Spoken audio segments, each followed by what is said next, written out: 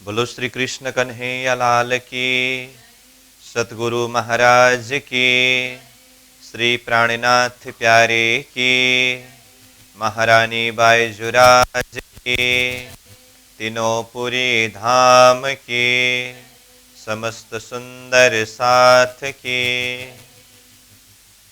आनंद कंदम प्रभुदेव चंद्रम ब्रजेश रूपेण पुरापि जातं प्रवेश्य प्राप्तं प्रिय प्राणनाथं परेश पूर्णं सततं नमामि।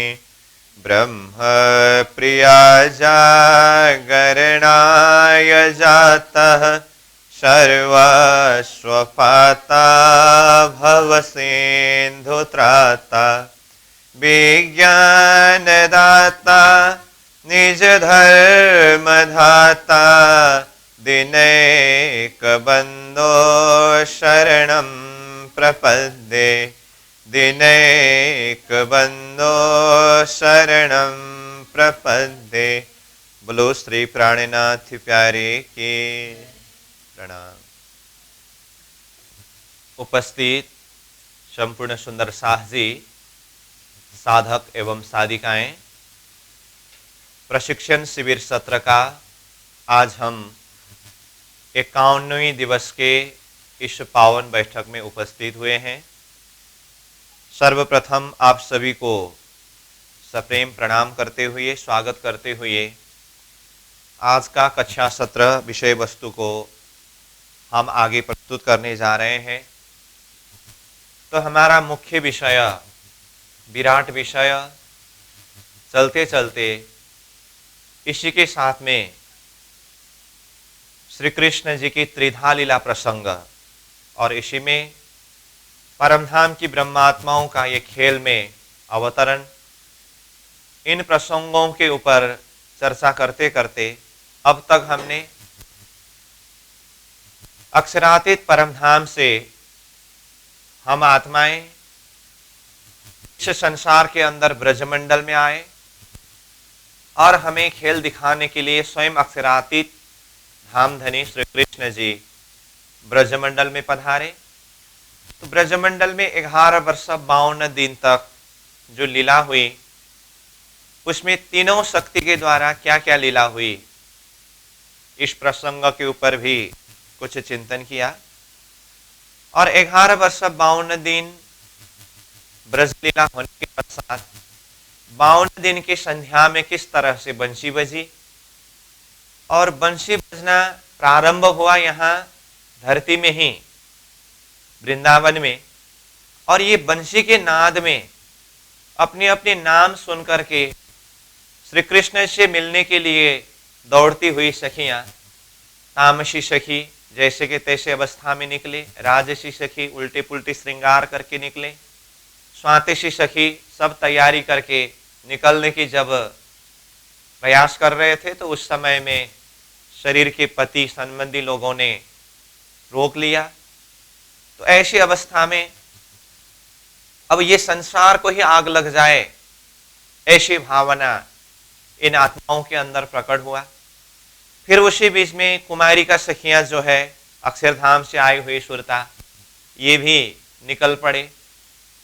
तो इस तरह ये संध्या के समय में बंसी के नाद में तामसी, राजसी, स्वातसी सखी और कुमारी का सखी, ये सब किस तरह से निकले, इन विषयों के ऊपर हमने चर्चा किया। और जैसे ही ये बंसी बजते बजते सखियां निकलते निकलते ये पूरा नारायणी सृष्टि क्या हुआ, स्तब्ध हुआ, अचल हुआ, हैंग हुआ। अब इसको समझने के लिए जैसे कि घड़ी का बैटरी निकाल दिया हो, तो घड़ी का बैटरी निकलते समय घड़ी में जो 3 कांटा होते हैं, तीनों कांटा एक साथ में रुक जाता है। जब तक बैटरी न डाले तब तक वो वहीं पर स्तब्ध रहता है। तो इसी तरह से ये पूरा नारायणी सृष्टि को स्तब्ध हम समझेंगे। तो बंसी बज रही थी, तो यहाँ की बंसी स्तब्ध हुई, सखियां यहाँ दौड़ रहे थे, यहाँ का वजूद यानी कि शरीर स्तब्ध हुआ। तो यहां स्तब्ध होना ही ये बंशी कहां बजने लगी? तो इसके लिए हमने कल ही चर्चा किया है, केवल धाम। केवल धाम कहाँ है? अक्षर ब्रह्म का चित्त अंतस्करण जो केवल धाम है, वहां पर योग माया का ब्रह्मांड खड़ा करके स्वयं श्री कृष्ण जी ने योग माया का स्वरूप का धारण किया। राधा रानी योग माया का शरीर धारण करके, देह धारण करके सुसज्जित है। और 12,000 आत्माओं के लिए 12,000 ही योग माया का देह धारण हुआ। और 24,000 जो कुमारी का सखियां थे, इनके लिए 12,000 ब्रह्मात्माओं के सुरता प्रवेश वाला देह के अंदर ही प्रत्येक एक एक में दो दो अक्षरधाम की सुरता जो कुमारी का सखी के रूप में ब्रजमंडल में लीला की थी, वो सुरता प्रवेश होकर के 12,000 वजूद के अंदर ही 24,000 कुमारी का सखी यानी कि अक्षरधाम की सुरताओं का भी प्रवेश है। इस तरह से इन सखियों का ब्रजमंडल से रासमंडल में पहुंचना अथवा काल माया का ब्रह्मांड से योग माया का ब्रह्मांड में पहुंचना। काल माया और योग माया दो शब्द आया ना, तो पहले ही ब्रजमंडल का चर्चा करते समय ही हमने कहा है कि ब्रजमंडल को काल माया का ब्रह्मांड करके कहा है। और ये रास के लिए जो नया ब्रह्मांड तैयार हुआ, अभी जहां पर हम आत्मा पहुंचे, तो ये योग माया का ब्रह्मांड। तो इस तरह से हम ब्रज से रास में यानी कि काल माया के ब्रह्मांड से योग माया के ब्रह्मांड तक किस तरह से पहुंचे, इन प्रसंगों के ऊपर हम कल चर्चा कर रहे थे। तो इसके लिए महामती प्राणनाथ जी ने वाणी में कहा कि जब बंसी बजी तो सखियां किस तरह से दौड़े और जाकर के श्री कृष्ण जी से मिले। तामसियां राजसियां चली, स्वातसियां शरीर छोड़ के मिली। तामसी सखी चले, राजसी सखी भी चले और स्वातसी सखी शरीर छोड़ करके जा मिले। अब इसका अर्थ फिर ये नहीं कि सीधा सीधा हिसाब से समझ करके, यहाँ चौपाई में तो सार संकेत रूप में बताया, तो चौपाई का अर्थ फिर ऐसा नहीं करने का कि स्वातसियां शरीर छोड़ के मिली, इसका मतलब तामसी और राजसी यही शरीर से मिले, ऐसा नहीं। वो योग माया का वृंदावन जो केवल धाम में है, वहां पर पहुंचते समय तो तामसी सखी ने भी काल माया का शरीर को यही काल माया के ब्रह्मांड में ही छोड़ा, राजसी सखी ने भी काल माया का शरीर काल माया के ब्रह्मांड में ही छोड़ा, और स्वातिशी सखियों ने भी काल माया का शरीर काल माया के ब्रह्मांड में ही छोड़ा। परंतु यहाँ घर से निकलते समय तामसी सखी पहले ही निकले थे, राजसी सखी पहले ही निकले थे, स्वातिशी सखी घर से निकल ही नहीं पाए, इसीलिए उन्होंने घर में ही शरीर छोड़ करके निकले। ये भाव को समझाने के लिए ये चौपाई में तामसी राजसी मिले करके बताया और स्वातसी के लिए शरीर छोड़ के मिले करके ये शब्द आया है। परंतु केवल धाम के योग माया के ब्रह्मांड में पहुंचते समय तीनों दर्जा की सखी यानी कि तामसी राजसी और स्वातसी, इन सारे सखियों ने काल माया के शरीर को काल माया के ब्रह्मांड में ही छोड़ करके योग माया का देह धारण करके यानी कि योग माया का शरीर धारण करके वहां श्री कृष्ण जी से मिलते हैं।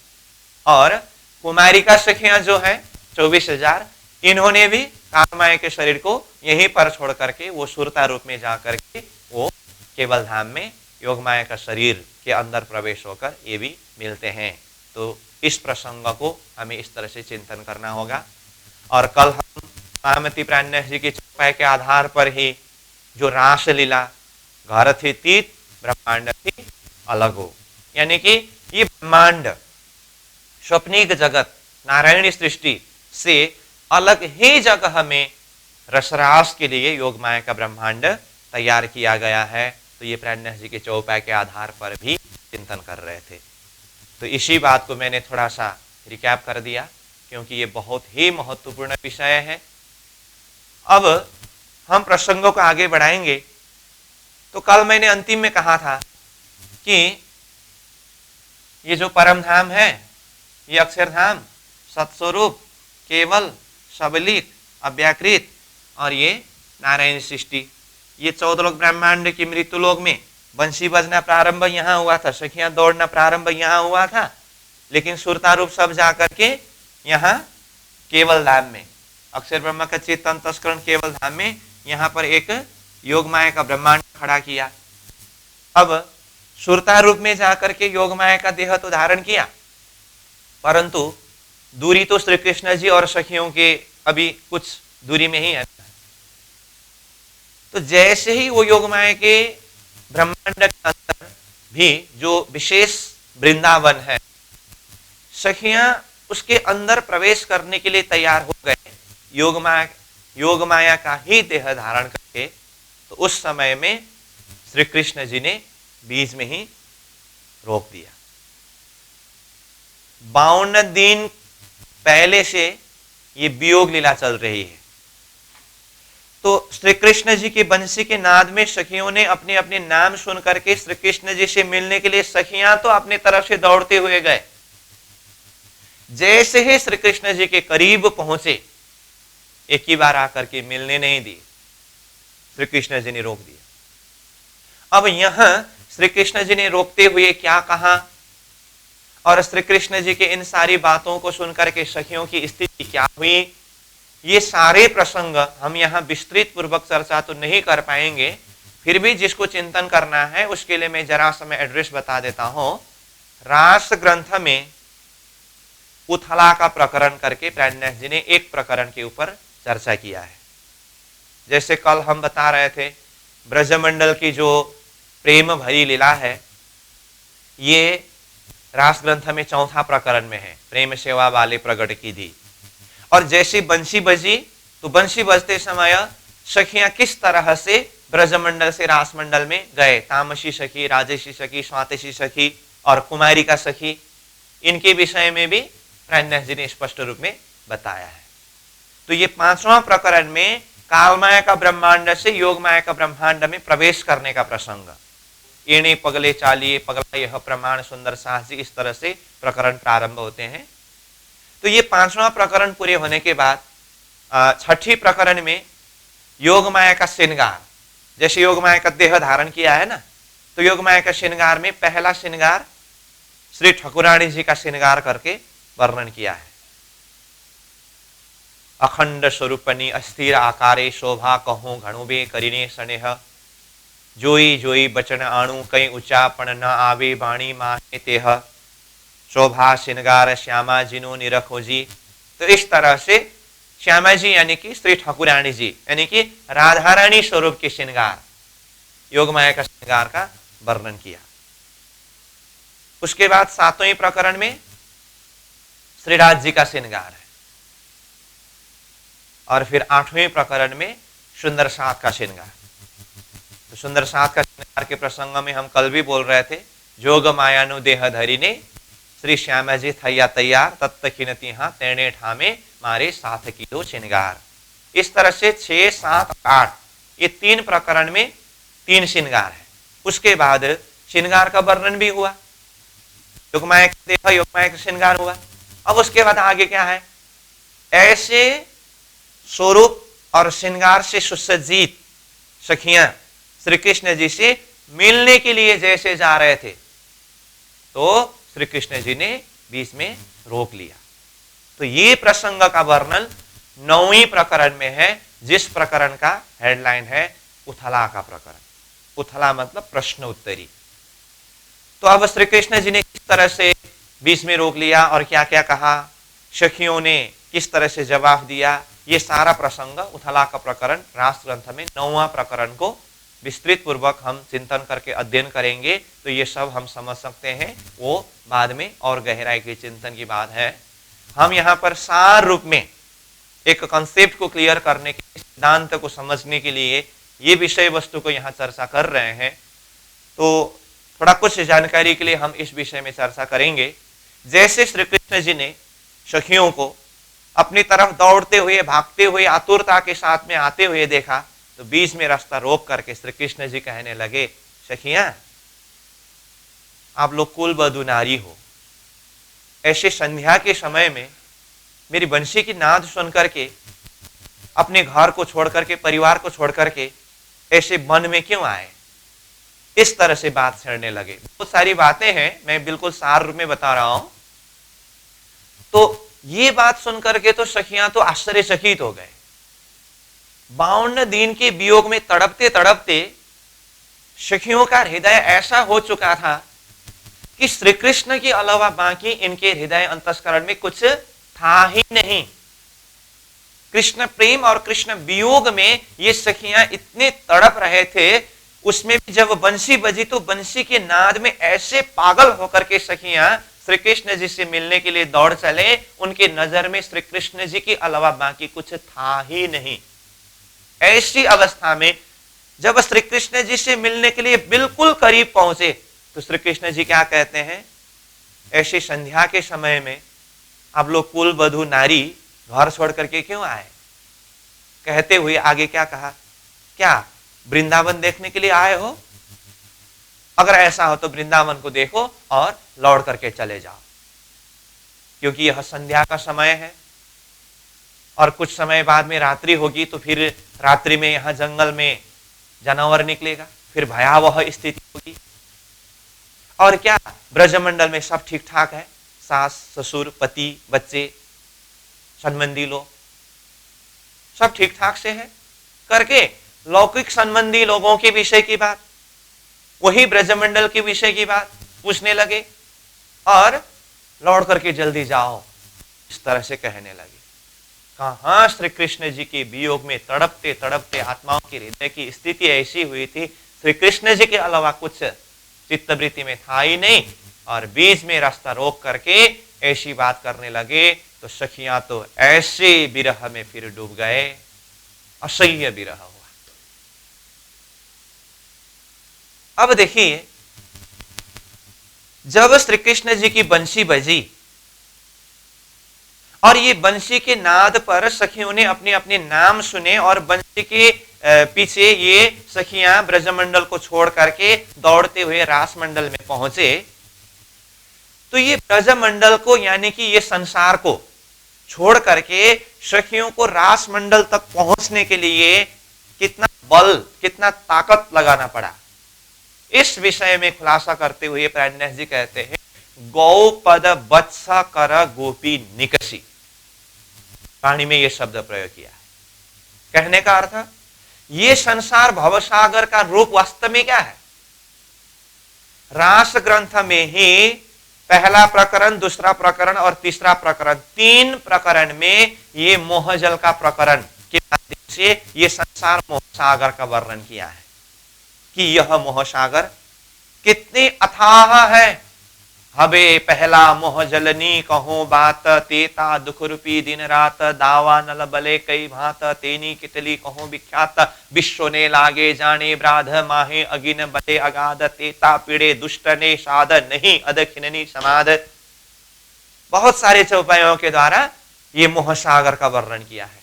और ये मोह का प्रभाव, मोह का असर, बाकी साधारण जीव की तो बात ही छोड़ दीजिए, बड़े बड़े ज्ञानी जन मुनिजन जैसे शुक सनकादिक ने नवटली, लक्ष्मी नारायण ने फरीवली, विष्णु बैकुंठ लीधा माहे, सागर शिखर नम क्या क्या है, ये ऊपर हमें शू कहूं बीजा नाम ते कहना लो, एणे बचने सर्वालो थयो ब्रह्मांड धन सर्वे आवे। कहने का अर्थ, सुखदेव जी जैसे, सनकादिक जी जैसे, लक्ष्मी नारायण जी जैसे को फरीवली माए ने अपने बस में बसीभूत करके घुमा दिया, फिरा दिया। ये ऊपर हवेशों कहूं, इसके ऊपर किसका नाम लूं कि ये संसार मोह सागर से पार पाया करके मैं किसका नाम बताऊं करके स्वयं प्राणनाथ जी ने ये संसार मोह सागर के स्थिति का वर्णन करते हुए वाणी के माध्यम से ये भाव को दर्शाया। और वाणी में ही, प्रकट वाणी में, जब सदगुरु महाराज ने गांगजी भाई को परमधाम से आत्माएं आकर के संसार में भूले हैं, ये बात मुझे धामधनी ने साक्षात दर्शन दे करके कहा, और उन आत्माओं को जगा करके परमधाम ले जाना है, 12,000 आत्मा है, ये बात समझाया, तो गांगजी भाई ने आश्चर्य प्रकट किया ना। तो गांगजी भाई ने किस तरह से यह संसार का रूप का वर्णन किया है, वो भी प्रकटवाणी के चौपाई से हम चिंतन कर सकते हैं। शास्त्रों के अंदर भी देखें तो ये संसार मोह सागर के विषय में, ये माया के बल के विषय में भरमार वर्णन किया है। ऐसे अथाह संसार भवसागर जिसको किसी ने पार नहीं पा सका, ऐसे भवसागर भी जब बंशी बजी तो इन सखियों को ये संसार को छलांग मार करके रासमंडल तक पहुंचने के लिए कितना बल प्रयोग करना पड़ा। ये अथाह भवसागर उनके नजर के सामने में कितने मात्रा में आया, तो इसके लिए कहा गौ पद बच्छ कर गोपी निकषी। इसका अर्थ क्या है? गौ के जो छोटे छोटे बछड़े होते हैं ना, वो बछड़े के पग जब वो गीली मिट्टी में रखता है तो वो थोड़ा सा जमीन दब जाता है, छोटा सा एक खड्डा बन जाता है और उसमें पानी जम गया हो। अब विचार करिए, गौ के बछड़े के पग से जमीन में बना हुआ छोटे से खड्डा में जमा हुआ पानी को नांगने के लिए, उल्लंघने के लिए कितना बल प्रयोग करना पड़ता है? कोई बल प्रयोग करना पड़ेगा? चलते चलते आसानी से उसको पार कर लेते हैं हम। ये उदाहरण के माध्यम से प्रणन्यास जी ने समझाया, ऐसे अथाह भवसागर जिसका अब तक किसी ने पार नहीं पाया था, जब बंशी बजी तो ऐसे अथाह भवसागर भी इन सखियों के लिए गौपद वत्स तुल्य हुआ। और आगे कहते हैं, ये भी एक उदाहरण देकर के समझाने के लिए, ये उदाहरण के द्वारा, ये शब्द के द्वारा समझाया गया है। वास्तव में देखे तो सखियों के नजर में ये संसार भवसागर वो गौपद वत्स की तुल्य भी नजर में नहीं आया। इसका अर्थ क्या है? 52 दिन के श्री कृष्ण जी के वियोग में तड़पते तड़पते सखियों की स्थिति श्री कृष्ण जी के अलावा उनके चित्त वृत्ति हृदय में कुछ था ही नहीं। जब हृदय में कुछ नहीं रहता है तो श्री कृष्ण ही श्री कृष्ण। तो इसीलिए तो जब बंशी बजी संसार को इतने आसानी से छोड़ करके योग माया का ब्रह्मांड रासमंडल में पहुंचे, ऐसे अधिक प्रेम और अधिक विरह लेकर के प्रवेश तो किया, लेकिन श्री कृष्ण जी ने क्या कहा बीच में रोक करके, क्यों आए आप लोग? लौट करके जाओ। कहां जाए लौट करके? तो इसके अंदर बहुत सारी बातें हैं। उसके लिए मैंने जैसे कि पहले ही कहा, रास ग्रंथ में 9वां प्रकरण में उथलाका प्रकरण के द्वारा हम समझ सकते हैं, चिंतन कर सकते हैं। तो जब श्री कृष्ण जी ने इस तरह से रोका तो स्वातशी सखियां तो ऐसे ही गिर पड़े, क्योंकि उनको तो 52 दिन का वियोग ही ब्रजमंडल में ही असह्य हुआ था। और जैसे बंशी बजी श्री कृष्ण जी से मिल पाएंगे करके ये एक भावना थी, और ऐसा करके श्री कृष्ण जी के सामने में तो पहुंचे, लेकिन वो रोक रहे हैं, लौट करके जाने के लिए कह रहे हैं। इतना असह्य विरह हुआ, स्वातशी सखी से सहा नहीं गया।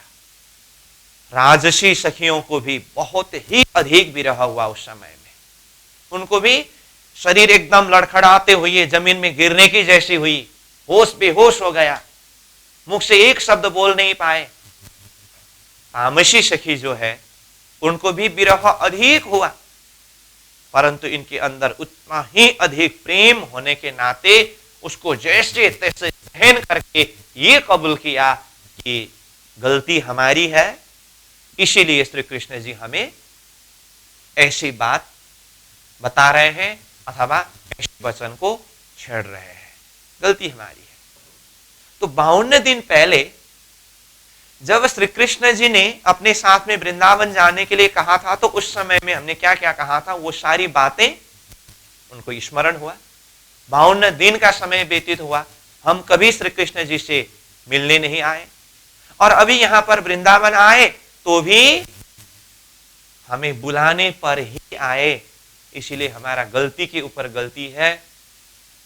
तो श्री कृष्ण जी ये तो कहेंगे ही, तो अपनी भूल को स्वीकार करना होगा। तो इस तरह से तामसी सखियों ने अपने अंतर हृदय से ही एक दृढ़ता को प्रकट किया, और जो सखियां राजसी स्वातसी जो बिल्कुल ही बेचैनी अवस्था में थे, तो उनको भी थोड़ा कुछ अपने भूल को याद दिलाते हुए आत्मा बल प्रदान करने का एक प्रयास किया। उसके बाद फिर श्री कृष्ण जी से कहने लगे कि हे श्री कृष्ण जी, आप ही बोलते रहेंगे या हमें भी बोलने देंगे? लेकिन सखियां इस तरह से अपनी बातें रखने के लिए चाहे उससे पहले ही श्री कृष्ण जी ने यहां तक कहा है कि कुल वधु नारी का वास्तविक धर्म क्या होता है, पतिव्रता नारी का वास्तव में धर्म क्या होता है। इसके लिए वेद शास्त्रों का प्रमाण देते हुए अपने पति रोगी हो, लूला हो, लंगड़ा हो, मूर्ख हो, अंधा हो, पंगला हो, रात दिन झगड़ा करने वाले हो, दरिद्र हो, मतलब जैसे भी अवगुण ही अवगुण से भरा पड़ा पति हो, फिर भी पतिव्रता स्त्री को वो अपने धर्म को निभाते हुए अपने पति को नहीं छोड़ना चाहिए। ये बात श्री कृष्ण जी ने पहले ही समझा है। तो ये सारी बातें सुनने के बाद श्री कृष्ण जी का कहना तो यही है, लौट करके चले जाओ। तो सखियों ने जैसे तैसे हिम्मत करके कहने लगे, हमें भी तो अपनी बात कुछ रखने दीजिए। तो श्री कृष्ण जी कहते हैं, चलो आप लोगों के मन में कुछ कहने का ऐसा है तो बताओ। तो अब सखियां कहने लगे कि हे श्री कृष्ण जी, आपने वेद शास्त्रों का प्रमाण देते हुए पतिव्रता स्त्री का एक धर्म को समझाया और ये कहा आपने कि जैसे भी अवगुण ही अवगुण से भरा हुआ हो फिर भी अपने पति को नहीं छोड़ना चाहिए करके कहा। तो अब बताइए, जब शास्त्र वेद ये कहते हैं कि अवगुण ही अवगुण से भरे हुए पति को भी नहीं छोड़ना चाहिए करके आप स्वयं समझा रहे हैं, तो हमने अपने पति को कहां छोड़ा है? हमने तो पति तो छोड़ा नहीं। जब अवगुण ही अवगुण से भरे हुए पति को भी नहीं छोड़ना चाहिए कह रहे हैं, तो ऐसे गुणवान पति जो है हमारे, जिसमें कोई अवगुण चीज का कोई संकेत भी नहीं है, नाम निशाना ही नहीं है, तो ऐसे गुणवान पति को हम कैसे छोड़े? तो हमारे आत्मा के पति तो आप हो, जिसमें गुण ही गुण ओतप्रोत है, अवगुण तो कुछ है ही नहीं। तो इसीलिए हमने अपना धर्म तो छोड़ा नहीं। इस तरह से सखियां कहने लगे और इसी प्रसंग में सखियों ने अपनी बातों को कुछ उदाहरण के माध्यम से भी प्रस्तुत किया है। हे श्री कृष्ण जी, आप हमारे प्राण वल्लभ हो, प्राणेश्वर हो, प्राणनाथ हो, आपसे अलग होकर के हमारी स्थिति कैसी हुई अथवा कैसी होती है? जैसे उदाहरण देकर के समझाया, एक बेली में जो फूल खिलते हैं, वो फूल जब तक बेली में ही लगा रहता है, मतलब बेली के साथ में ही रहता है, वो फूल अपने स्वभाव में रहते हैं। परंतु वो फूल को अगर बेली से अलग कर दिया जाए अथवा वो फूल को बेली से अलग होना पड़े, तो तत्क्षण वो फूल मुरझाने लगता है। बेली के बिना फूल का जीवन ही नहीं है। तो हम वह फूल हैं, तो हम फूल रूपी आत्माओं के बेली रूपे का आधार आप हो। इसीलिए आपके बिना हमारी स्थिति कैसी होगी, आप विचार कर सकते हैं। ऐसे ऐसे बहुत सारे उदाहरण दिया है। तो ये सब बातें बता करके जब सखियों ने अपने भाव को व्यक्त किया, तो श्री कृष्ण जी अंतिम में क्या कहते हैं? अच्छा सखियां, मैंने तुम लोगों का परीक्षा करके देखा था कि न जाने नहीं अभी भी तुम लोगों के हृदय अंतस्करण के अंदर माया का कोई लेस भी रह गया हो। तो ये रसरास के अंदर ऐसी आनंदमय लीला को जाहिर करनी है और अनुभव करनी है जहां पर माया का कोई लेस का भी प्रवेश नहीं है। इसीलिए न जाने हृदय अंतस्करण के अंदर माया का लेस भी अधूरा रह गया हो, तो इसके लिए मैंने परीक्षा करके देखा था, मुझे पता चला आप लोगों के हृदय के अंदर माया का कोई लेस नहीं है। तो चलो अब रसरास के लिए मैं आप सबको वृंदावन के अंदर प्रवेश कराता हूं।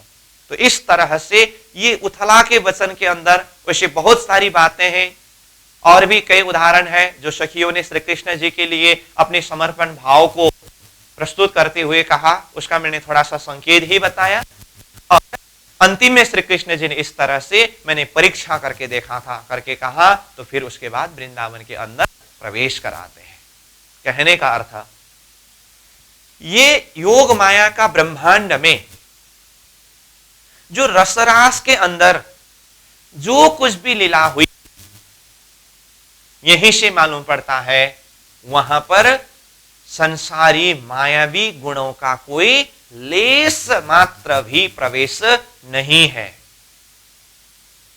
योग माया का देह धारण किया है, योग माया का अलग ही ब्रह्मांड खड़ा किया गया है जो ये स्वप्निक जगत के अंदर नहीं है। कहां है वो? जागृत भूमि, बेहद भूमि, अक्षर ब्रह्म का चित्त अंतस्करण में है। इसीलिए प्लेटफॉर्म भूमि ही मायावी जगत से परे है। और सखियों का देह प्रकृति के काल माया के मायावी देह नहीं है, योग माया का देह है। और यहां प्रकृति में, धरती में, काल माया के ब्रह्मांड में रहते हुए हृदय अंतस्करण में कहीं पर भी माया का कुछ लेस का भी असर न रह जाए, उसके लिए वहां पहुंचने पर भी इतना परीक्षा कर करके श्री कृष्ण जी ने देखा। तो जब माया का लेस हृदय में कहीं पर भी नहीं पाया, तब जाकर के वृंदावन अंदर प्रवेश कराया है। तो यहीं से विचार करें हम कि रास मंडल अथवा वो रास लीला के लिए प्रवेश करने में ही, प्रवेश पाने में ही इतना माया से रहित हृदय होना पड़ेगा। तो उसके अंदर जो भी लीला हुई है वो कैसी लीला है? ये रास मंडल के अंदर योग माया का वृंदावन में जो कुछ भी वस्तु सामग्रियां हैं, जैसे वहां पर वन, उपवन, नदी, आसमान में देखे तो चांद है, सितारे हैं, बहुत सारे वहां पशु पंखी भी है, अवश्य श्याम राधा रानी श्री कृष्ण जी तो है ही। कहने का मतलब योग माया के वृंदावन के अंदर यावत वस्तु सामग्री जो कुछ भी है वो सारे के सारे स्वयं परमात्मा श्री कृष्ण जी ने अपनी योग शक्ति के द्वारा ही विस्तार किया। इसीलिए परमात्मा स्वयं चिद्घन स्वरूप है, आनंद स्वरूप है, प्रेम स्वरूप है, अद्वैत स्वरूप है। इसलिए उनके द्वारा ही विस्तारित ये सारे जो स्वरूप है चैतन्य, यही गुण में ओतप्रोत है। इसीलिए शास्त्र ने भी वो रासमंडल योग माया के ब्रह्मांड के लिए क्या कहा? आनंद रूपा सामग्री सर्वखंडा सुखात्मिका न माया गुण संसर्गा कदाचित कुत्रचित प्रिय। आनंद रूपा सामग्री रसरास के लिए, यानी कि वो योग माया के ब्रह्मांड के अंदर जितने भी सामग्री है वो सब आनंद रूपा, आनंद स्वरूप है। न माया गुण संसर्ग, मायावी गुण का संसर्ग ही नहीं है उसमें, वो ब्राह्मिक भाव से है, चैतन्य भाव से है, आत्मा भाव से है। तो पहले नंबर तो हमें उसको देखना होता है। समझ में आ रही है बात? तो ये रसरास के अंदर प्रवेश करने के लिए काल माया के ब्रह्मांड को परित्याग करना पड़ा, काल माया के देह को परित्याग करना पड़ा, योग माया का अलग ही ब्रह्मांड खड़ा करके, योग माया का अलग ही देह धारण करा करके, और हृदय अंतस्करण में माया का कोई अधूरी लेस भी न रहे, उसके लिए श्री कृष्ण जी ने इतना परीक्षा कर करके उसके बाद ही रसरास के अंदर प्रवेश कराया है। तो विचार करिए, रास स्वयं अपने आप में कितने महत्वपूर्ण लीला है। तो अब ऐसे महत्वपूर्ण लीला के लिए ये योग माया का ब्रह्मांड खड़ा किया गया, और सखियों को तैयार किया गया। ऐसा क्यों? क्योंकि ये रसरास के माध्यम से परमधाम के अंदर होने वाली लीला एक अंश रूप में यहां जाहिर करना है। ध्यान दीजिए, परमधाम में जो लीला महाकारण प्रसंग में ही जो हम चर्चा करके आए, अष्टप्रहर की लीला जो नित्य निरंतर सदा सर्वदा होती रहती थी, वो परमधाम की अनंतानंत गुह्य लीला के महासागर में से उसी का कुछ अंश रूप लीला ये रसरास के अंदर जाहिर करनी है। तो धाम की लीला जाहिर करने के लिए मायावी जगत के अंदर, मायावी देह के द्वारा संभव है? संभव नहीं है ना। तो परमधाम की लीला रास के माध्यम से जाहिर क्यों किया गया, यह प्रश्न है। इसका कारण सृष्टि उत्पत्ति कारण प्रसंग में हमने पहले चर्चा करके आए हैं। आज का दिन अक्षर ब्रह्म की तरह परमधाम में अक्षरातीत श्री कृष्ण जी का दर्शन करने के लिए गए, तो आज अक्षरातीत श्री राज्य के साथ में बहुत सारी आत्माओं को देखा। मतलब सीधा शब्द में कहे तो सखियां और अक्षर के आपस में देखा देख हुआ। उसके बाद अक्षर ब्रह्म के हृदय में क्या विचार प्रकट हुआ था? ये अनंत आत्माएं कौन है, क्या लीला करते हैं, ये लीला मुझे दर्शन करने को मिले तो। यही अक्षर की इच्छा ही सृष्टि उत्पत्ति की एक कारण है कि नहीं? और सखियों के हृदय में अक्षर ब्रह्म की खेल देखने की इच्छा है। तो सृष्टि उत्पत्ति का यही दो कारण है। तो इसमें से ब्रजमंडल में 11 वर्ष 52 दिन तक जो लीला जाहिर किया गया, अथवा 11 वर्ष 52 दिन की लीला के माध्यम से परमधाम के सखियों को ये अनुभव कराया गया कि अक्षर ब्रह्म के द्वारा बनने वाले जो ब्रह्मांड के अंदर ऐसी लीला होती है, अथवा अक्षर की बाल लीला ऐसी होती है। सखियों को थोड़ा कुछ अनुभव कराया। अब बाकी क्या है, अक्षर ने भी तो परमधाम के अंदर कैसी लीला होती है वो लीला के विषय में परिकल्पना करके वो लीला को दर्शन करने के लिए चाह प्रकट किया है कि नहीं किया, और उसी के लिए ये सृष्टि निर्माण किया है, विस्तार किया है। तो अक्षर ब्रह्म को वो परमधाम के अंदर की गुह्यात गुह्य लीला की शुद्धि तो दिलानी है ना, बस उसके लिए रासलीला किया गया है। रासलीला किस लिए? अक्षर ब्रह्म को परमधाम के अंदर की गुह्यात गुह्या लीला को अनुभव कराने के लिए, दर्शन कराने के लिए ये रासलीला है। इसीलिए रासलीला के माध्यम से परमधाम के अंदर की गुह्यात गुह्य लीला के अंश रूप का एक झलक प्रस्तुत हुआ है, ताकि इसको देख करके अक्षर ब्रह्म को शुद्धि हो। परमधाम के अंदर ऐसी लीला होती है। इसीलिए रासलीला कहां की लीला है? परमधाम के अंदर की ही लीला है। उसी लीला को एक अंश रूप में रसरास के माध्यम से जाहिर कर रहे हैं। तो परमधाम की लीला को जाहिर करने के लिए, अक्षर को अनुभव कराने के लिए ऐसी परमधाम की लीला ये त्रिगुणात्मक जगत प्रकृति के अंदर, ब्रह्मांड के अंदर हो सकता है। ये प्रकृति के देह के माध्यम से वो परमधाम की शाश्वत चैतन्य लीला जाहिर हो सकता है? नहीं हो सकता है। इसीलिए रसरास के लिए ब्रह्मांड ही अलग ही ब्रह्मांड खड़ा किया गया। ब्रह्मांड थी अलगो और शरीर वजूद ही काल माया के शरीर को यही स्तब्ध करा करके योग माया का शरीर को धारण करा करके वहां पर तैयार किया गया है। विचार करना होगा हमें। तो परमधाम के सुख को अनुभव करने के लिए, उस लीला को जाहिर करने के लिए पात्र पात्रा और वो प्लेटफॉर्म ही कैसे चाहिए।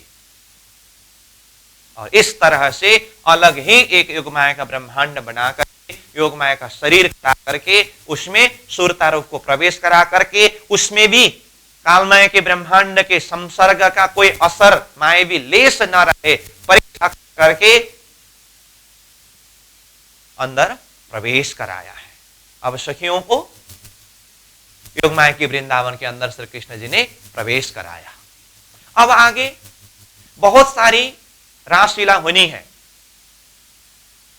अब जैसे मैंने कहा रास ग्रंथ में 9वां प्रकरण में उथला का प्रकरण करके कहा, तो 10वां प्रकरण में वृंदावन दिखाड़ों से करके ये प्रकरण आया है। मतलब ये उथला यानी कि प्रश्न उत्तरी में परीक्षा में जब सखियां पास हो गए तो अब आगे रसरास में रमन तो करना है। उससे पहले हम जहां रमन करने जा रहे हैं वो जगह कैसे है, सारे वृंदावन का परिभ्रमण करके सब तरफ घुमा करके वहां के पेड़ पौधों के एक एक वृक्षों का नाम का वर्णन किया है। वहां पर सखियों को सब श्री कृष्ण ने परिचय दिया। तो वृंदावन का वर्णन 10वां प्रकरण में है रासवाणी में। 11वें प्रकरण से आगे रास लीला वर्णन है। वो रसरास के अंदर बहुत सारी लीलाएं हैं। ये आनंदमय लीला, प्रेम भरी लीला, अद्वैत लीला, जिसके लिए मैंने पहले ही कहा परम धाम के अंदर की ही लीला के अंशरूप लीला रसरास के माध्यम से जाहिर किया गया है। किसके लिए?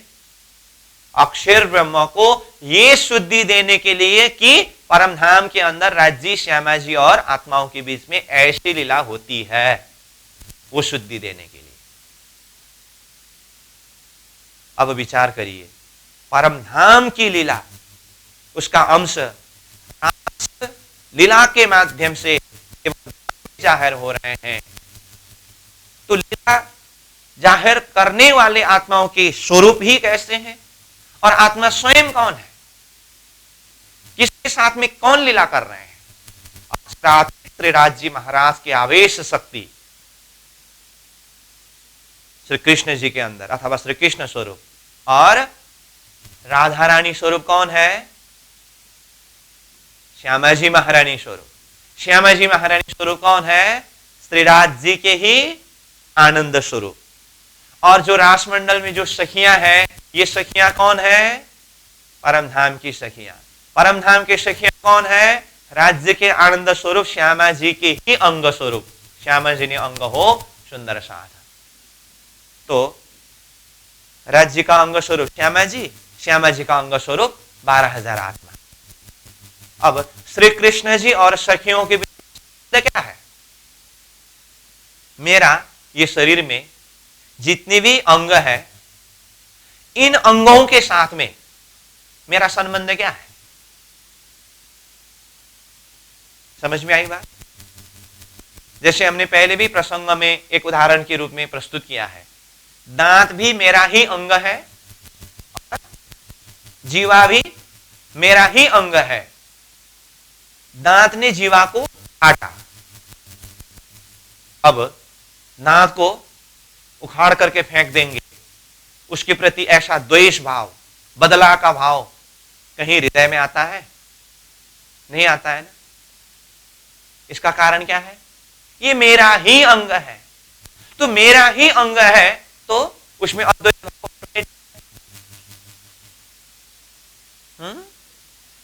ये हाथ मेरा अंग है और ये हाथ मेरा ही अंग है। ये हाथ ने ये हाथ को पकड़ लिया, अब क्या होगा? मैं उदाहरण के द्वारा बता रहा हूं। कहने का अर्थ, वो रसरूप परमात्मा के ही आनंद का लहर रूप आत्माएं हैं, उनके ही अंग स्वरूप है वो। इसीलिए आत्मा और परमात्मा के बीच में संबंध क्या बताते हैं? अंश और अंशी, सागर और लहरें, ये संबंध बताते हैं। इस संबंध से ये रसरास लीला हुई है। ये प्रसंग को मैं इसीलिए यहां पर बता रहा हूं क्योंकि रास लीला को हर कोई इतनी आसानी से, सहजता के साथ में, सही अर्थ में समझ नहीं सकते हैं। साधारण बुद्धि की तो बात ही छोड़ दीजिए। सुखदेव जी महाराज जैसे वक्ता, परीक्षित जी जैसे श्रोता होकर के जब श्रीमद् भागवत के माध्यम से रसरास लीला के विषय में वर्णन हुआ, जबकि सुखदेव जी महाराज ने पहले ही कहा था कि परीक्षित जी, अब मैं आगे परब्रह्म परमात्मा की जो लीला, रास लीला वर्णन करने जा रहा हूं, एकदम योगारूढ़ होकर के योग शक्ति को साध करके मैं वर्णन करूंगा। बीच में कोई प्रश्न मत करना, कोई शंका मत करना है। इतना सावधानी अपनाते हुए, दिलाते हुए जब सुखदेव जी महाराज ने रास का वर्णन प्रारंभ किया, सारांश रूप में एक बार वर्णन किया, फिर से उसी को और गहराई से वर्णन करने के लिए सोचा था। परीक्षित जी ने अपनी बुद्धि के द्वारा उस चीज को हजम नहीं कर पाए। तो क्या कहा उन्होंने, धर्म रक्षा करने के लिए आए हुए भगवान, तो इस तरह से पर स्त्रियों के साथ में रमन करना, नाचना, ये क्या धर्म स्थापना हुआ? ये धर्म का रक्षा हुआ? इस तरह की बात छेड़ दिया। तो सुखदेव जी महाराज जैसे वक्ता ने परीक्षित जी जैसे श्रोता को रास का वर्णन सुनाते समय भी परीक्षित जी ने इसको अपनी बुद्धि के द्वारा सही हिसाब से समझ नहीं सके। यहां पर शंका उत्पन्न हुआ, प्रश्न आया, जिसके चलते सुखदेव जी महाराज के अंदर जो योग शक्ति, जो ब्राह्मिक शक्ति स्वयं प्रवेश होकर के रसरास लीला वर्णन कर रहे थे, वो वापस चले गए। तो धरती में ऐसे साधारण से दिमाग वाले ऐसी ब्रह्मानंद लीला रस की उस गहराई को सही अर्थ में, सही हिसाब से समझे, क्या संभव है? इसीलिए हमने थोड़ा सा संकेत रूप में बताया कि वो जगह ही कहां है, मायावी जगत से परे है। देह कौन है? योग माया का देह, प्रकृति का देह नहीं है। और वो देह के अंदर प्रवेश कराया गया सखी रूप आत्मा कौन है? स्वयं अक्षराते श्री कृष्ण जी के अपने ही अंग का नूर है। जो सागर और लहर के बीच में जो संबंध है श्री कृष्ण और सखियों के बीच में, वही संबंध है। वो रसरूप परमात्मा है। और वास्तव में रास का अर्थ क्या है? रास का अर्थ है प्रेम, रास का अर्थ है रस। रसानाम समूह सरास, रस का समूह, प्रेम का समूह ही रास है। तो परमधाम की प्रेममय लीला रसरास के माध्यम से जाहिर किया गया है। इसीलिए ये रास लीला को श्रवण करने के लिए और हजम करने के लिए भी हमारे हृदय अंतस्करण को इतना ऊपर उठाना होगा कि जिस हृदय में मायावी लेस का कोई स्थान न रहे। जिस तरह से रसरास के अंदर प्रवेश करने के लिए सखियों के हृदय के अंदर मायावी लेस भी न रहे, श्री कृष्ण जी ने परीक्षा किया, तब जाकर के ही उन सखियों को रसरास के अंदर प्रवेश मिली। ठीक इसी तरह आज जितने भी कृष्ण भक्ति साधना में लगने वाले भक्तजन हो, साधक जन हो, चिंतक हो, उनको भी रसरास के अंदर अपने चिंतन को प्रवेश कराने के लिए पहला अपने हृदय अंतस्करण को इतना पवित्र बनाना होता है जिस हृदय अंतस्करण में मायावी लेस का कोई गुंजाइश ही न रहे। तब जाकर के रसरास के लिए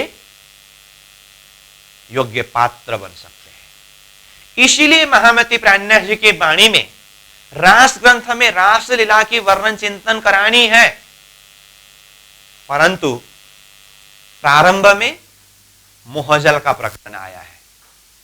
हालांकि मोहजल का प्रकरण विक्रम संवत 1722 में दीप बंदरग में अवतरण हुआ है और रासवाणी 1715 में अफसाबंदी गृह में अवतरण हुआ है। तो 22 में अवतरित मोहजल के प्रकरण को भी रास ग्रंथ के शुरुआत में ही ला करके मोहजलनो प्रकरण करके वाणी को प्रारंभ होने के हिसाब से ब्रह्म मुनियों ने इस तरह से स्वरूप साहेब को क्यों तैयार किया, वाणी जिल्द बांधा? क्योंकि रसरास के अंदर प्रवेश करने के लिए वो हृदय में ऐसी होनी चाहिए, पहले ये मोहजल यानी कि संसार की रूप गतिविधि को अच्छी तरह से जान करके, समझ करके, यहां से चित्तवृत्ति हृदय को बिल्कुल ही ऊपर उठा करके जब आत्मामय भाव में चित्तवृत्ति तटस्थ हो, तब जाकर के आत्मा और परमात्मा के बीच में जो रसमय लीला हुई है, उस लीला को सही हिसाब से चिंतन कर सकते हैं, जान सकते हैं, पकड़ सकते हैं। इसीलिए जीव को जागृत कराने के लिए ये रासवाणी है और प्रकाशवाणी है। महामती प्राणनाथ जी अपने वाणी में क्या कहते हैं? जो जीव जगा बोरे आई मो मुको रास प्रकाश जी। जिसको अपने जीव को जागृत कराना है, रास और प्रकाश को मत छोड़ो। क्योंकि जब तक जीव ये रसरास लीला को चिंतन करने के लिए, रसरास प्रेम के अंदर प्रवेश करने के लिए वो पात्र नहीं बनते हैं, वो निर्विकार अवस्था में जब तक जीव नहीं है, तब तक जीव की जागृति संभव ही नहीं है।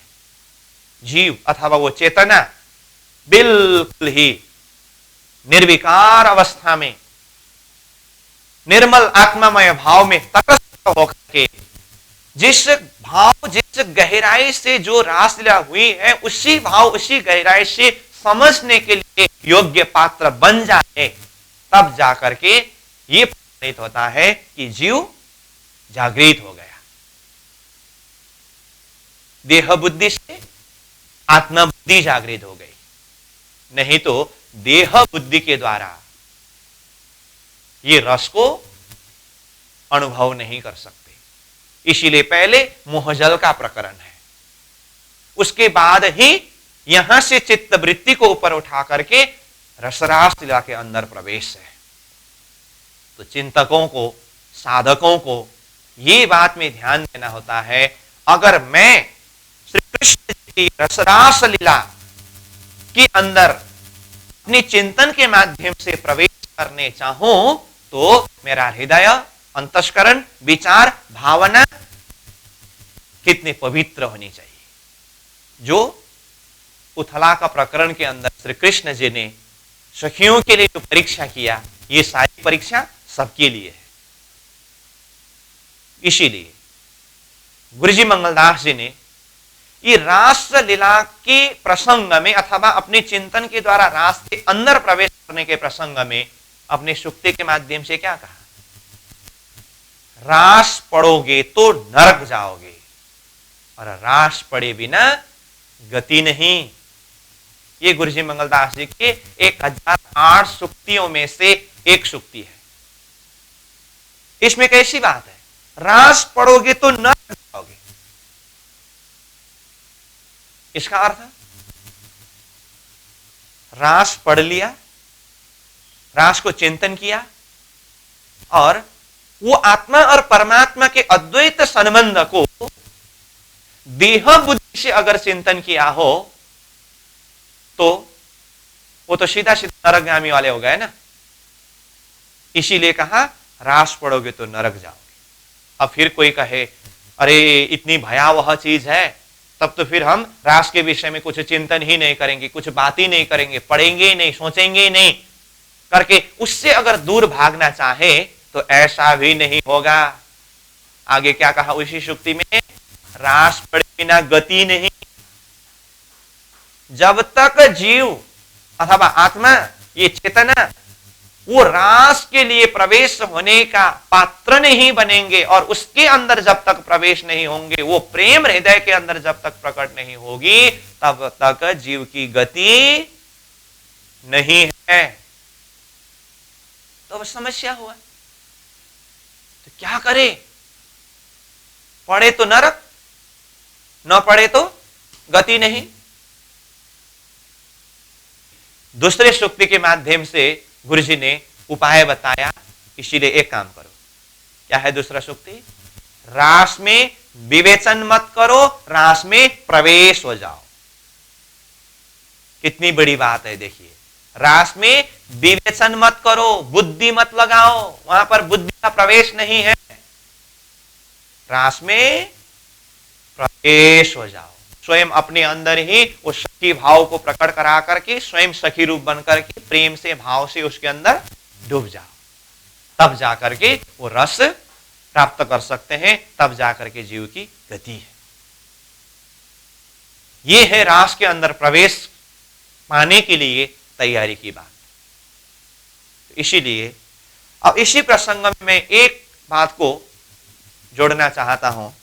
जैसे ये योग माया का ब्रह्मांड अथवा रसरास मंडल के प्रसंग से पहले हमने काल माया ब्रह्मांड यानी कि ब्रजमंडल की लीला प्रसंग के ऊपर चिंतन किया।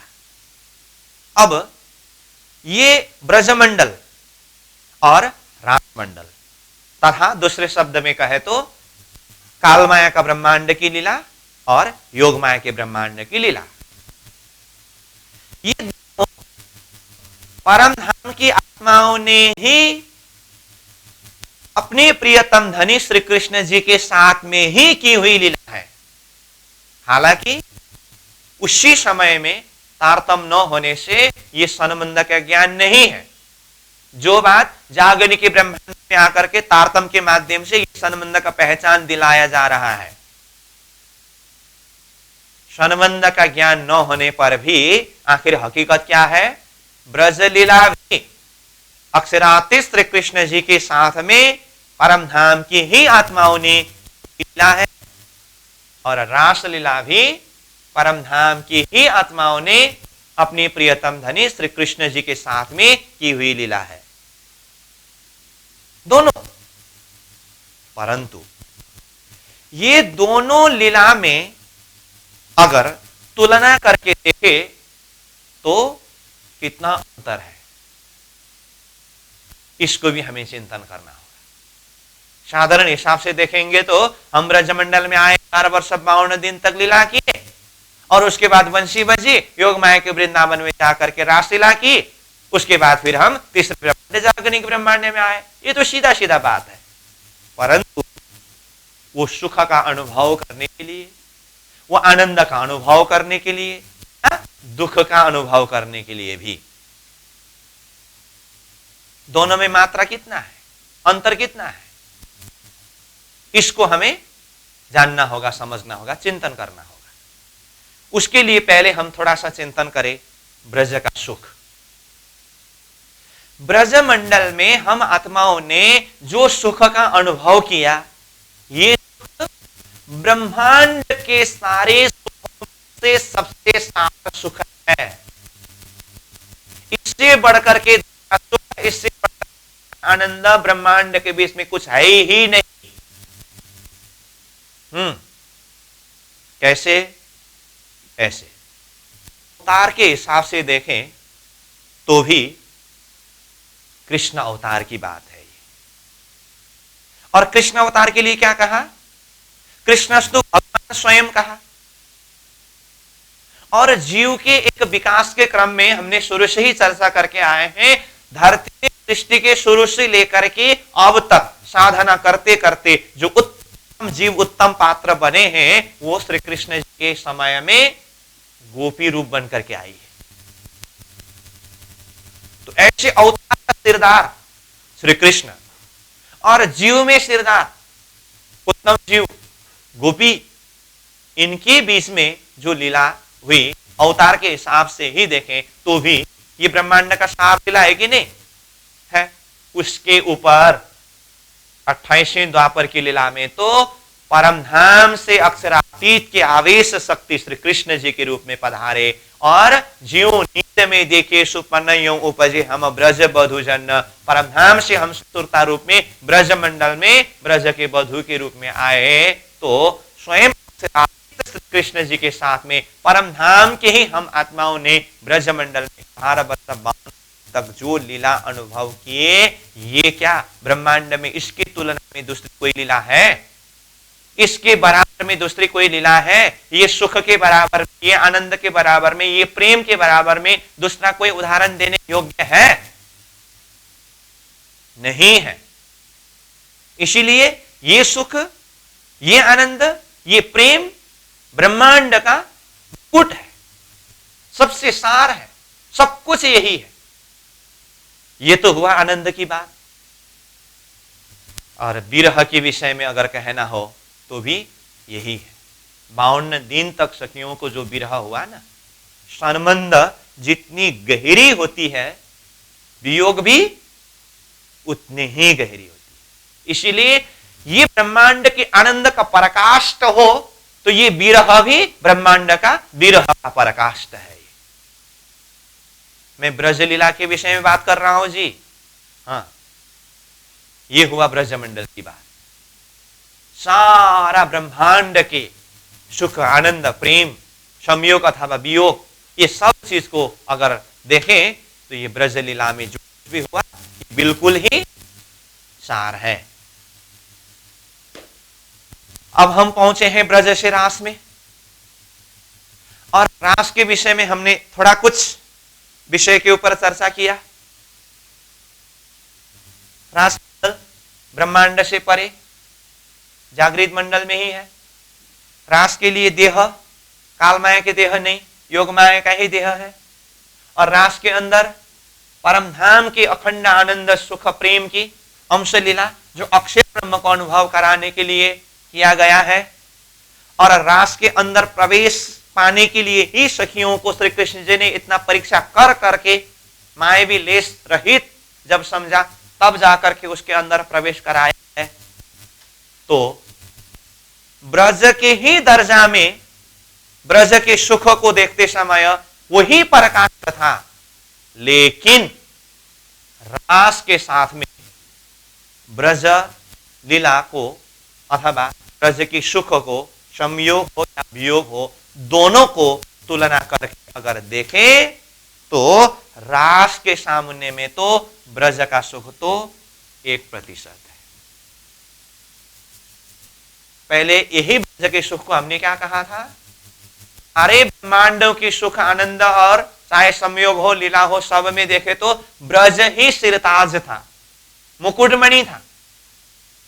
परंतु जब सामने में रास को खड़ा करके रास के साथ में ब्रज को तुलना करके देखे तो रास की तुलना में तो ब्रज 1%,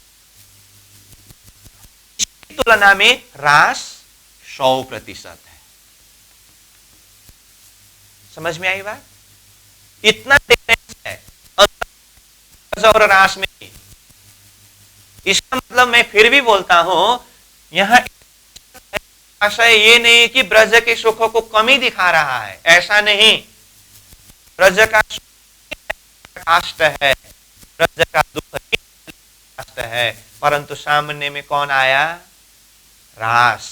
रास के साथ में तुलना करते समय ब्रज 1% में आया और रास 100% में गए। तो अब विचार करिए रास का सुख वास्तव में कैसा है। और इतना अधिक 100% करके इतना अधिक मात्रा में तुलना करने के लिए क्या है आधार? तो मैं बार बार बोल ही रहा हूं, ब्रजमंडल परमधाम की आत्माओं ने परमात्मा के साथ में, श्री कृष्ण जी के साथ में ही किया हो, लेकिन प्लेटफॉर्म कैसा है, धरती कैसा है?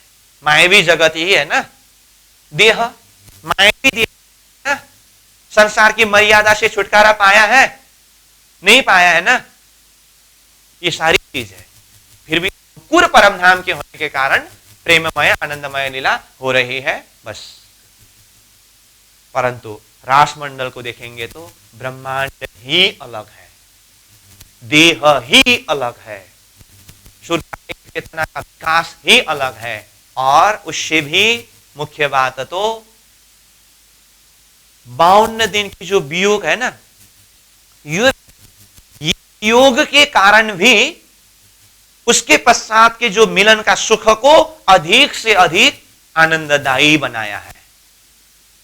मिलन मिलन मिलन मिलन हो, सो बीच में विरह का पराकाष्ठ का अनुभव करना पड़े और फिर उसके बाद मिलन का सुख हो, तो पहले के मिलन से ये मिलन का दर्जा कई अधिक से अधिक मात्रा में महत्वपूर्ण होता है। इसका महत्व बढ़ाने में कारण क्या बना? इसमें जो विरह था ना, ये इसलिए 52 दिन के विरह के कारण सखियों ने संसार को पद वत्स तुल्य परित्याग करके कृष्ण प्रेम में पागल होकर के योग माया के ब्रह्मांड में पहुंचा है। और जहां स्वयं शाश्वत परमधाम की लीला जाहिर हुई है। बहुत सारे कारण है जिस कारण से रासमंडल के अंदर जो कुछ भी सुख हुआ ब्रज की तुलना में 100 गुना अधिक है। अभी तो हम सुख आनंद के विषय में ही बात कर रहे हैं, वियोग भी होगी, और वो वियोग में भी ब्रज के वियोग से रास के वियोग में 100 गुना ज्यादा ही अनुभव है। तो ये है रास महत्व। ठीक। और ब्रजमंडल के संदर्भ में हमने ये कहा है ब्रज लीला घोर नींद यानी कि निद्रा के अंदर हुई है, और इसकी तुलना में रास लीला को स्वप्न अवस्था माना है। स्वप्न मतलब आधा नींद आधा जागृत, ये अवस्था को स्वप्न कहते हैं, और पूरी तरह से नींद इसको घोर नींद अथवा नींद कहते हैं। तो ब्रज को पूरी नींद कैसे सिद्ध किया था हमने? परमधाम का संबंध का ज्ञान भी नहीं है और संसार भी नहीं छूटा है, इसलिए ब्रज घोर नींद था। रासमंडल जो है स्वप्न अवस्था है, इसमें आधा जागृत है आधा नींद है। तो रासमंडल में आधा जागृत क्या है? रासमंडल में आधा जागृत है संसार को पूरी तरह से परित्याग करके सखियां गए हैं। जब बंशी बजी तो गौपद वत्स कर निकसी, संसार नहीं है हृदय अंतस्करण में, कोई भय नहीं है, कोई मर्यादा नहीं है, ये आधा जागृत है। और आधा नींद, रासमंडल में भी परमधाम के संबंध का परिचय नहीं है, ये आधा नींद का अवस्था है। तो ये अवस्था का नाम ही स्वप्न अवस्था है। इसलिए रास के सुख को स्वप्न का सुख कहा। इसका संकेत क्या दिखाई दे रहा है? ब्रज के साथ में तुलना करते समय रास सुख ये भी अवस्था है। इसका अर्थ यहां से भी अधिक सुख का एक संकेत दिखाई दे रहा है, जो जागने का ब्रह्मांड का संकेत है। परंतु हम जो प्रसंग जहां जिस तरह से पहुंच रहे हैं क्रमशः उसी हिसाब से चिंतन करते आएंगे। तो ये तारतम्य लीला प्रसंग में ये रास लीला, ठीक है। तो हम चिंतन कर रहे हैं रास के अंदर प्रवेश होने के लिए वो पात्रता कैसी होनी चाहिए, और रास का सुख वास्तव में कहां का सुख है, किस संबंध से ये अनुभव किया कराया जा रहा है, और हम स्वयं अपने चिंतन के द्वारा वो रसरास के अंदर प्रवेश करने के लिए हमारे में वो पात्रता वो योग्यता कैसी होनी चाहिए।